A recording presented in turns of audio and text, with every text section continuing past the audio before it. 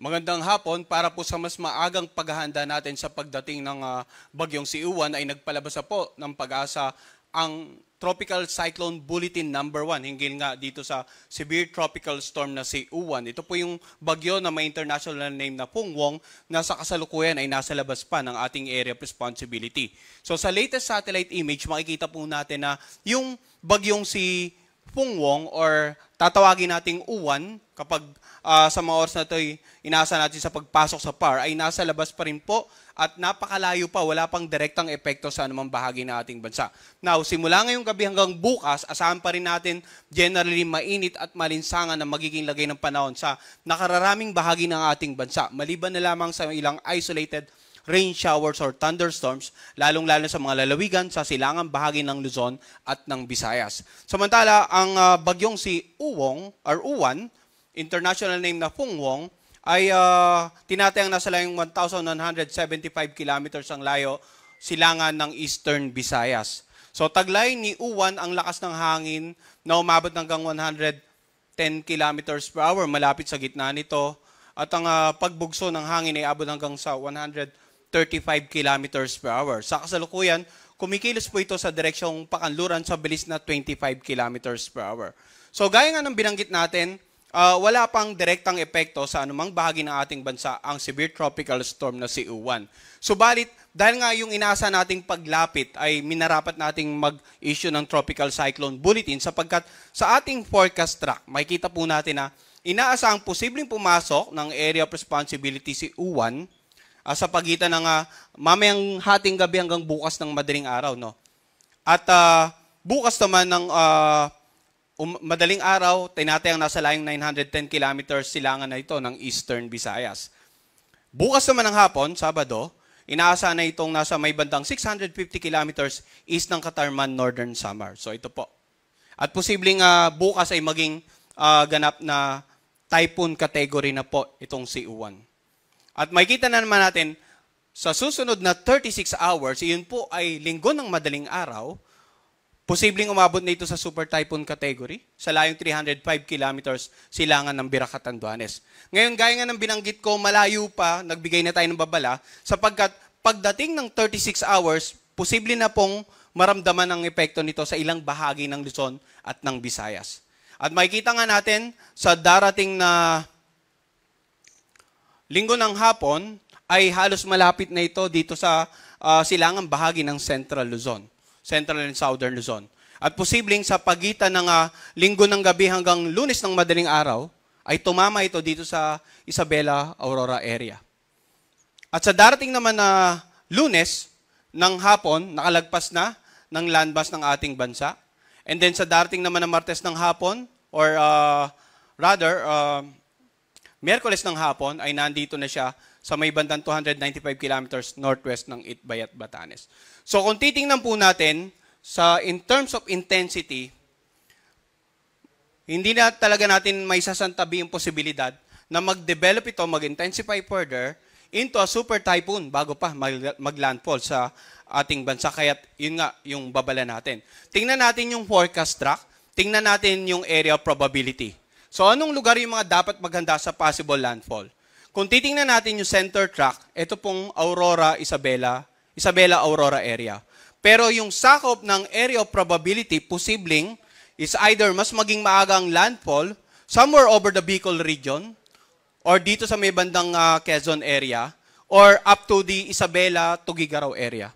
So dapat in terms of landfall, hindi lamang itong Isabela, Aurora area ang maghanda, kundi itong mga lalawigan sa silangang bahagi po ng Luzon, kailangan maging handa for possible landfall. Now, ang bagyo po, hindi isang tuldok lamang sa mapa.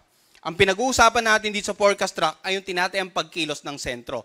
Pero malawak pong bagyo. No? Makikita natin dito sa ating forecast track na ang lawak ng bagyo ay nag-e-extend ng almost 500 to 700 kilometers mula sa sentro nito. So kung ang bagyo natin, just in case, kumilos at tumama dito sa may bandang Isabela, Aurora area, dahil sa lawak ng bagyo, posibleng may nakararaming bahagi ng Southern Luzon ay meron din pong wind signal.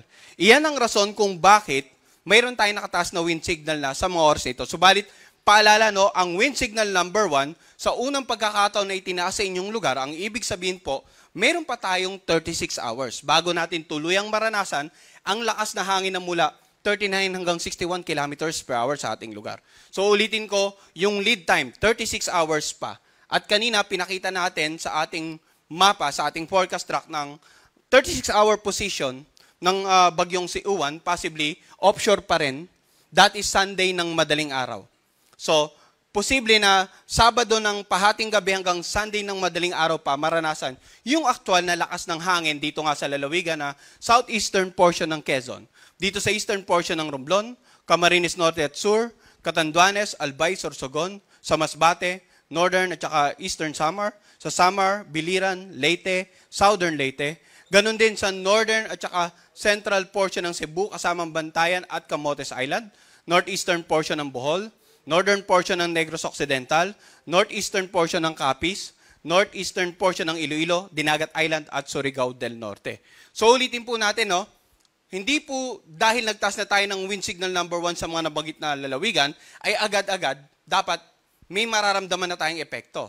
36 hours pa po ang lead time or palugit at sa forecast track natin, ang tinatayaan nating 36 hours simula alas 2 ng hapon ngayon ay sa alas 2 pa po ng madaling araw ng linggo, yung possible epekto. Pero maaring magbago yan, maaring kung magiging mabilis ang pagkilos, then likely, posible tayo magkaroon pa ng mas matataas na wind signal sa mga susunod nating issuance ng Tropical Cyclone Bulletin. At posibleng, mas lumawak din yung mga lugar na magkakaroon ng wind signal sa susunod nating mga issuance.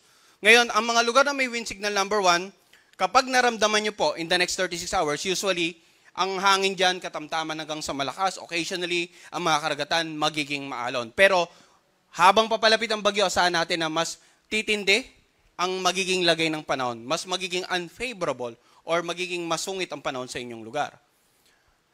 In terms of mga pagbugso ng hangin, dahil sa lawak ng bagyong si Uwan, ay posible rin pong makaranas ng mga pagbugso ng hangin sa mga lugar na nasa labas ng wind signal. Ito po yung mga lugar ng Palawan, Visayas at Mindanao, simula po sa Sabado hanggang sa Linggo. In terms of pag-ulan naman, simula ngayong gabi hanggang bukas ng umaga, wala naman tayong inaasahan na significant amount of rains. Subalit simula bukas ng hapon hanggang sa Linggo ng hapon, pansinin natin yung paglawak ng mga lugar na may matataas na pag-ulan. No? Kanina yung tinignan natin color coding ay wind signal patungkol sa lakas ng hangin. Ngayon naman po yung posibleng dami ng ulan ang color coding natin. Bukas ng hapon hanggang Linggo ng hapon, more than 200 millimeters of rain, Camarines, Sur, Albay, Catanduanes. And then 100 to 200 millimeters of rain sa areas na naka-highlight ng orange. Simula po yung Cagayan, Isabela, Quirino, Aurora, dito sa Quezon, Camarines Norte, sa Sorsogon, Masbate, Samar provinces. And then 50 to 100 millimeters of rain naman sa mga lugar na naka-highlight ng yellow. That is sa Apayao, Kalinga, Mountain Province, Ifugao, Nueva Vizcaya, Nueva Ecija, Bulacan, Rizal, Laguna, Marinduque, Romblon, at itong Leyte at yung Biliran. So ito pong pinakikita natin pag-ulan, simula pa po, posibleng mangyari yan, simula pa po bukas ng hapon hanggang sa darating na Linggo ng hapon. Kaya generally, sinabi ko nga kanina, nabanggit natin simula ngayong gabi hanggang bukas ng umaga sa generally fair weather tayo, maliban lang sa mga isolated thunderstorm. Ngayon, simula naman ang Linggo ng hapon hanggang Lunes ng hapon, makikita natin dun sa forecast track na inaasahan nga nating tatawid na. During this period, yung bagyong si Uwan sa pagitan ng Northern Central Luzon area. Kaya yung pinakamaraming pag-ulan, more than 200 millimeters of rain, inaasahan po natin sa Northern Luzon at sa lalawigan ng Aurora at Nueva Ecija. So pag sinabi nating Northern Luzon, the Ilocos Region, Cordillera Administrative Region, Cagayan Valley, and then ilang lalawigan nga sa Central Luzon. Samantala, yung areas na naka-highlight ng orange, 100 to 200 millimeters of rain, yan po yung lalawigan, natitirang bahagi ng Central Luzon, Metro Manila, ilang bahagi po ng Calabarzon. Generally. And then itong lalawigan ng Occidental Mindoro. At yung 50 to 100 millimeters of rain naman dito sa Camarines provinces, dito sa Oriental Mindoro, Marinduque, Romblon, Aklan, and Antique. Simula po yan Linggo ng hapon hanggang Lunes ng hapon. No? So ang ating naman pong rainfall outlook nagpapakita ng mga dami ng pag-ulan. And normally, yung pinakamalapit sa sentro ng bagyo, yun po yung inaasa nating mas madaming pag-ulan. Kung kaya't balikan natin yung kanina, linggo ng afternoon, offshore pa yung bagyo, pero ang pinakamalapit likely ilang bahagi ng Bicol region. At simula linggo ng hapon hanggang Lunes ng hapon, yung inaasang pagtawid sa northern or central Luzon area, kaya't nandito yung concentration ng maraming pag-ulan. Ngayon yung mga pag-ulan, muli paalala namin, pwede pa rin magdulot ng mga pagbaha, lalong-lalo na sa mga low-lying areas. Sa mga komunidad na malapit sa gilid ng ilog, dahil it's either umapaw ang inyong ilog, patuloy na tumaas ang level ng pag-ulan dahil sa ng tubig dahil sa continuous na pag-ulan, or maaaring yung mga karatig lalawigan, nakakaranas sa pag-ulan, tumaas yung level ng ilog at yung outflow ay papunta sa inyong lugar. Pagguho ng lupa sa mga lugar na malapit po sa paanan ng bundok. Yan po yung mga ilang possible effects ng mga malalakas sa pag-ulan sa inyong lugar. Kaya ngayon pa lamang po, pinapayo na natin yung mga kababayan natin sa Luzon, general sa Luzon at ilang bahagi nga ng Eastern Visayas na magsimula na pong makipag-ugnayan sa kanilang local government, local DR officials para sa mga disaster preparedness and mitigation measures. Sa ngayon ay wala pa tayong nakataas na storm surge warning. Posibleng simula mamayang gabi hanggang bukas ay magsimula na po tayo ng storm surge warning issuances. Dahil mataas talaga ang banta ng storm surge, lalong-lalo na sa coastal areas ng northern Luzon at sa coastal areas dito nga sa central and southern Luzon.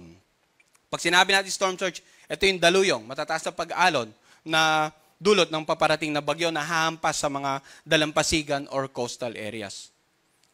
Wala pa po tayong in-effect na storm surge warning, kaya within the next 24 hours, asahan natin katamtaman hanggang sa maalo ng karagatan dito sa northern at eastern seaboard ng ating bansa dahil gaya nga ng binanggit ko, malayo pa po yung bagyong si Uwan. Wala pang direktang epekto.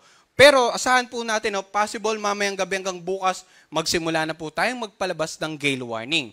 Or ito yung babala para sa maalon hanggang sa napakaalong mga karagatan, lalong-lalo po sa eastern seaboard ng Luzon, ng Visayas at ng Caraga region.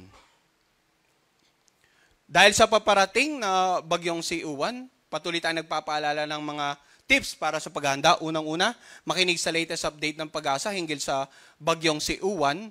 So ang aming pong Tropical Cyclone Bulletin, makikita sa ating official website, pagasa.dost.gov.ph. Sundan din ang aming official social media accounts. Pangalawa, magkaroon ng community and family plan. In terms of community, gaya nga na nabanggit natin kanina, simulan na po nating makipag-ugnayan sa ating LGUs at local DR officials para sa mga disaster preparedness and mitigation measures. Sa family plan naman, in terms of magkaroon tayo ng pagkukusa, just in case na alam natin na bahain ng ating lugar, lalong-lalo yung mga kababayan nating naninirahan sa mga low-lying areas, malapit sa gilid ng bundok, kung makakapansamantalay, makapanuluyan tayo sa mga kamag-anak natin na naninirahan sa mas safe na lugar. Pangatlo, emergency kit. Maganda po tayo. Pang-apat, lumikas sa mga itatakdang evacuation center ng ating mga local government. And every 6 hours, magpapalabas tayo ng update, Tropical Cyclone Bulletin. Ang susunod po nating Tropical Cyclone Bulletin ay papalabas mamayang alas 11 ng gabi. Yan po muna, latest mula dito sa Pag-asa Weather Forecasting Center.